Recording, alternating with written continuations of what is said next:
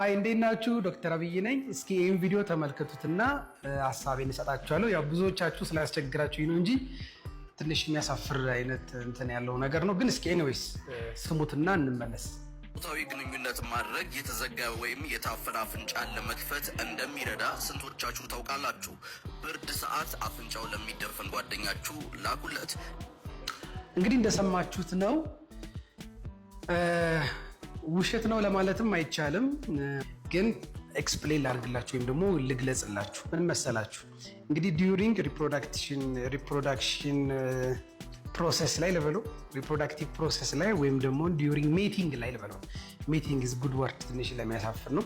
ሶ ዲዩሪንግ ሜቲንግ ፕሮሰስ ላይ ፕሮሰስ በራሱ ፓራሲምፓቴቲክ በጣም ስቲሙሌሽን ይኖረዋል። ያ አፍንጫችን እንዲያውም የበለጠ ኮንጀስትድ እንድንሆንና እንደበለጠ እንዲያፍነን የማድረግ እድል አለው። ነገር ግን ሜቲንግ ፕሮሰሱ ልክ በሚያልቅበት ጊዜ ግን ሰውነታችን ላይ ሲምፓቴቲክ ስቲሙሌሽን በጣም ስለሚበዛ ያኔ ደም ስሮቻችን ኮንትራክት ያደርጋሉ። ሶ ኮንጀስትድ የነበሩ አፍንጫችን ውስጥ ያሉ ተርቢኔቶች በጣም ኮንጀስትድ የነበሩት ደም ስሮች ምንድነው ቫሶ ኮንስትሪክት በሚያደርጉበት ጊዜ አብጠው የነበሩት እንጎርጅዱ ነው የነበሩት በብለድ ሰብሰብ ብሎ ወይም ደግሞ ሽሪንክ ያደርጋሉ ማለት ነው። አዛት ሞመንት አፍንጫችን የመከፈት ነገር ይኖረዋል። which is a temporary የሆነ ጊዜያዊ የሆነ 30 ደቂቃ እስከ 1 ሰዓት የማይቆይ ሪሊፍ ነውና አብዛኞቻችሁ በቃ እንግዲህ ሰርጀሪ አያስፈልግም ማለት ነው አፍንጫውን ለሚያፍነው ሰው ምናምን እያላችሁ ስታወሩ ሰምቼ ነበረ። እንግዲህ መልሱ ይሄን ይመስላል። ባይ ዘ ዌይ ሃኒሙን ሪናይትስ የሚባል አለ። ዲዩሪንግ ሜቲንግ ላይ በጣም ከፍተኛ የሆነ መታፈን፣ አፍንጫ ውስጥ ፈሳሽ መብዛት የሚያስቸግራቸው ሰዎች አሉ።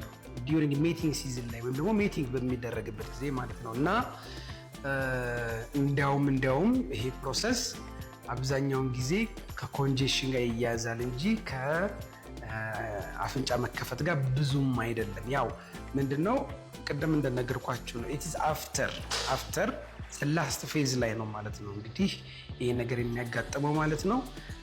አምናት ሹር እንግዲህ ወንዶች ላይ 100% ሊሆን ይችላል። የሴቶቹን እንግዲህ how much of them ላስት ፌዝ ላይ እንደሚደርሱ ባላቅም ዞሮ ላስት ፌዝ ላይ ከተደረሰ ብቻ የተወሰነ ኮንጀሽኑ ቀለል የማለትና አፍንጫቸው የመከፈት ነገር ይኖረዋል ማለት ነው። ስለዚህ ስህተት አይደለም፣ ግን ኢትስ ናት ሜዲሲኖችን ወይም ደግሞ ሕክምናን ሊተካ የሚችል አይነት ፕሮሰስ እንዳልሆነ ግን መረዳት አለባችሁ። ሕክምናን አይተካም። ሕክምና ይተካል ብላችሁ ብዙ ቢዚ እንዳትሆኑ ራሳችሁ እንዳታደክሙ ለማለት ነው። አመሰግናለሁ። ዶክተር አብይ ነኝ ከኤሊት የአንገት በላይ ቀዶ ሕክምና ማዕከል። ደህና ሁኑ።